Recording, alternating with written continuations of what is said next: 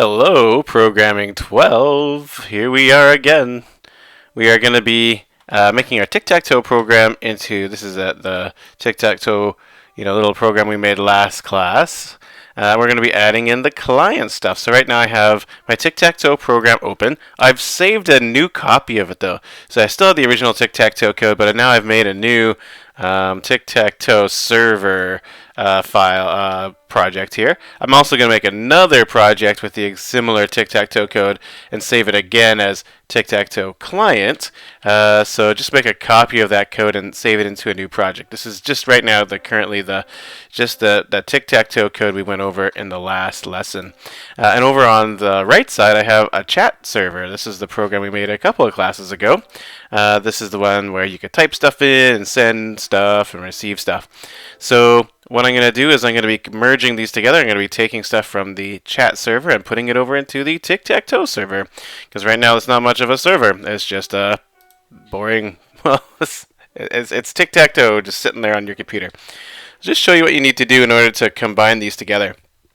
Basically, what we need to do is take all the nuts and bolts of the server and networking stuff out of here, drop it in here. So we'll start with bringing over these variables. I need the import statement. I'll bring the comment too, and I need the server variable. So I'm going to bring that over to the top. I'm going to put just a comment up here that the server it sends x's, which are the number 2 in this program. So I got the import statement here, and I have the server. I can't deal with that lowercase s. I'm going to just change that to capital S. That's going to make things a little bit complicated, but that's fine. So I brought over these things from the top of the chat server program. So there is some new variables. I don't need outgoing and incoming because I don't need to remember the messages after I've recorded their values in the grid. So I don't need to keep them up here. And I don't care if they're valid or not. I'm not sending, words and stuff. I'm sending just coordinates. So that's fine. So next thing I have to do is I have to bring over the initialization, the instantiation of my server. So I'll do that, and it's capital S, so I'm going to rue the day I did this, but that's fine, capital S, my server. And then I'm going to go down here, and I guess there's 2 more things to bring in. I need to bring in this sort of reading, and I need to bring in the writing. So what I'm going to do is I'll do the writing first. So I'm going to go down to the mouse released of tic-tac-toe.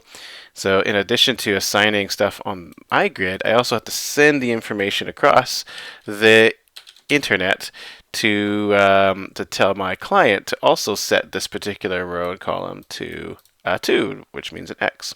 So I'm just going to bring over my server.write, which is now capital S. That's not the right one. Why didn't that copy? Copy. Let's try again. There we go. So my server.write. Now it's not going to be outgoing. I'm going to send a particular message. I'm going to send the value of the row and column to the client so that when it hears that message, it can set the particular space that the person clicked on. So here we go. I'm just going to put in row and then a comma and then column. So the message I'm going to write is this, and I might just print line that as well just to confirm what I did send. It might be interesting to know at some point for debugging. It's not really important once the program is working correctly. So that's how I'm going to send my message. I'm not only going to just change my grid, but I'm going to send a message to get the client to change their grid as well, so keep them synchronized. The other thing I need to do is I need to bring over the listening part. So I'm going to bring this listening stuff into my draw function, which is a little bit long, so I got to figure out where that is. So draw, I'm going to go just below the drawing of the mouse coordinates. I'll pop that in there. And this is going to be a bit wide, this code, so I'm going to just stretch that out. Okay, so I'm going to get the message. And I don't have an incoming string, but I can make one. I'm going to just make a temporary one right here. And so what I'm going to do is I'm going to be listening for clients that are trying to talk to me. And if I find one, if that's not null, then I'm going to get the message. So now I have to do something with the message. And I can guarantee that the message is going to be something like 1, 2. Like it's going to be in that format. So the first character is going to be a row, and the third character is going to be a column. So I just have to extract that information. So here's how you extract it. To get the first letter of a string, you can do whatever the name of the string is. In my case, it's called incoming dot substring. And then I want to get the first character. Substring is like it takes a piece of a smaller piece of the string than the whole string.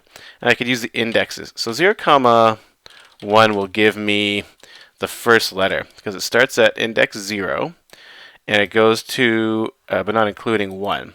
So that's like getting letter number 0, or the first letter.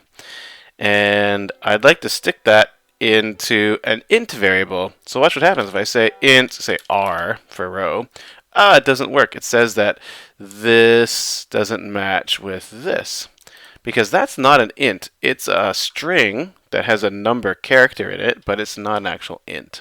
So to fix that problem, I'll just intify it with the int function. Woo! So the int function just converts this into an int. Ta-da! And then we can do this as well, incoming.substring. The column is going to be the third character, which starting from 0 is 0, 1, 2. And then 3 gives you sort of up to but not including 3, so it gives you the third character. Very, very ugly syntax, isn't it? It's very challenging to operate with, but it's okay. We'll figure it out.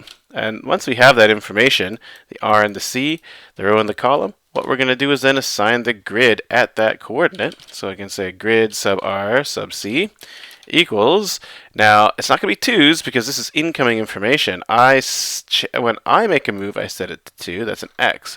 When they make a move, they're playing O's, so I'm going to set it to 1. And there you go. I just read in some information from my client. So what's missing still? Like the server's done. Now we just got to do the client.